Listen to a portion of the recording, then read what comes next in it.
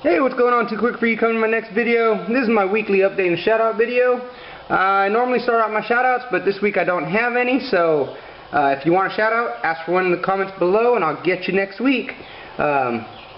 First off, before I get going into what's going on with my RC world, big thumbs up, big congratulations to Goofy Tank 2 for making Ray Luna his 70 mile an hour Rustler Club, or 70 mile an hour club I should say.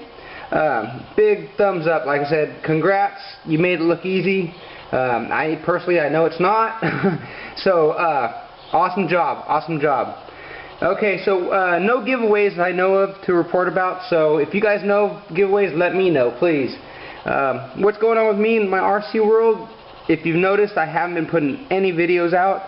It's just been these weekly updates. I just been having bad luck after bad luck after bad luck. I took the car out, my ofna out last week, or earlier this week I should say. It was a hot day. It was 140 degrees out. The road I normally run on had a lot of traffic. The freeway that's in front of it was jam-packed, so they're using the road I run on as a shortcut road again. My fault, my dumbass. I shouldn't have been out there in the first place running. I should have just packed it up and went home. But of course, I had to try to get a run in. Drove the car out to the left of me. It went out. Turned the car around. Then I had to wait out there probably close to 2 minutes as traffic kept going by. Finally got a run in from left to right. Turned the car around. Instantly got another run back from right to left. As it got to the end of the run, it went off the road and got stuck, so I physically had to walk out there. Again, took another couple, 2-3 minutes to get to the car. Got it back on the road. Drove the car back to my van, turned it around, drove it back to me, turned it back around, drove it back to the van. On the process of driving it back to the van, I punched the throttle just a little bit harder.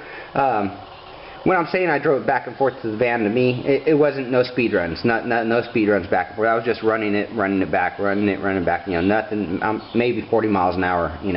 But on the second time running it back, I punched the throttle a little harder. Car spun out of control.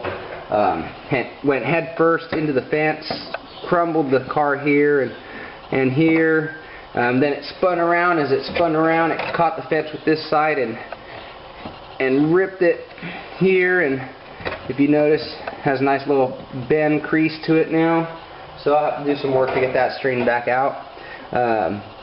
Drove the car back to me, checked it out, it was alright. Drove the car back to the van, turned the car around, and it just died out on me.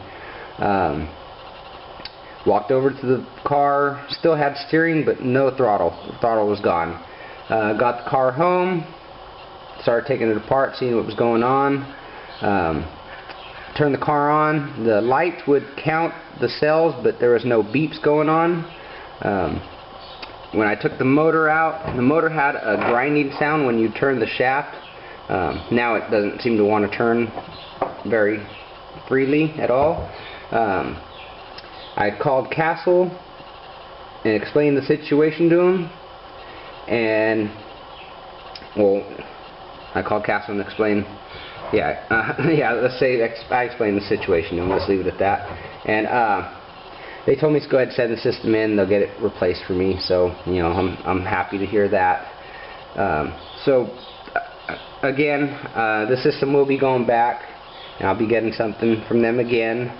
Appreciate their warranty service. Awesome deal.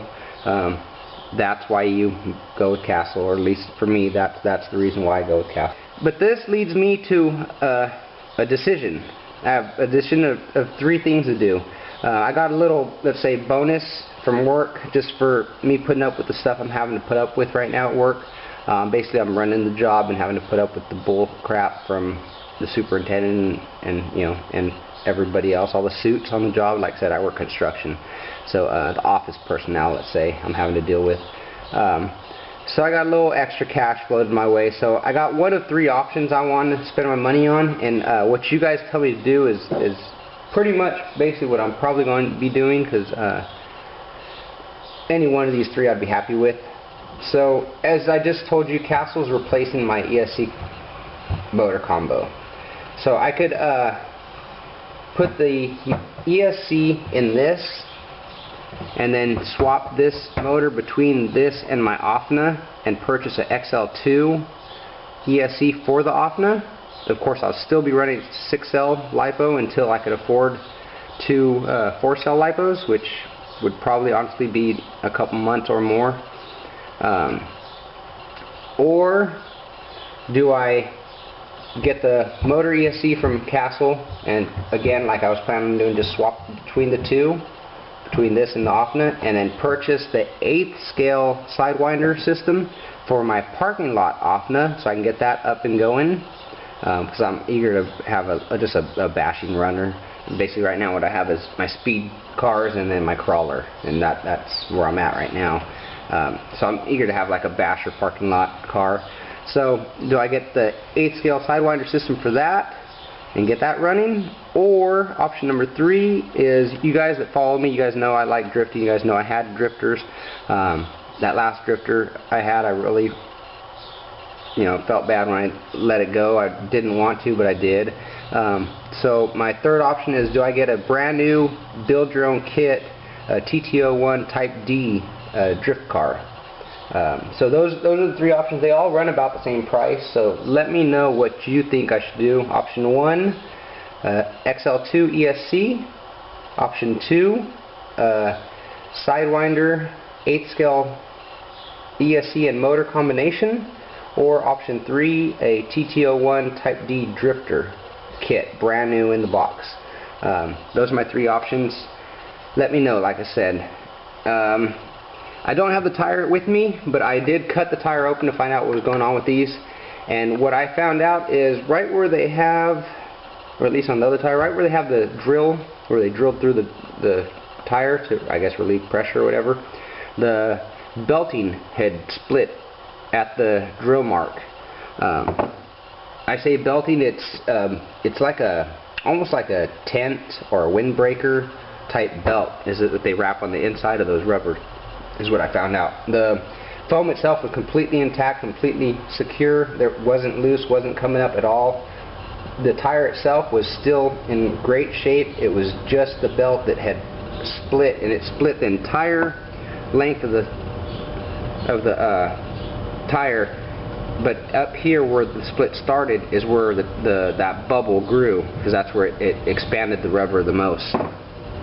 So I've been going back to these gray compounds, which you see on here, which you see here, which also you see on my ofna, and those seem to be working out a lot better than the yellow dish.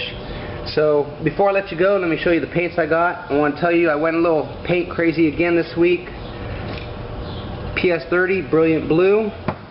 The reason I did is because these translucent colors are only $5 a can compared to $8 a can. PS43 Translucent Orange. PS44 Translucent Green. PS45 Translucent Purple. And PS46. This is Iridescent Purple Green. I will be slowing down on buying the cans. This is the first of the expensive cans. This can was $11.50 just for this one. So yeah, you'll probably only see 2 cans maximum, I'd say, per week from here until I get to the end of the collection, because here on out they start getting a lot more expensive. Alright, so like I said earlier, if you want a shout out, make sure you ask for one in the comments. More than happy to give you one. Until next time, I'll talk to you guys later. Peace.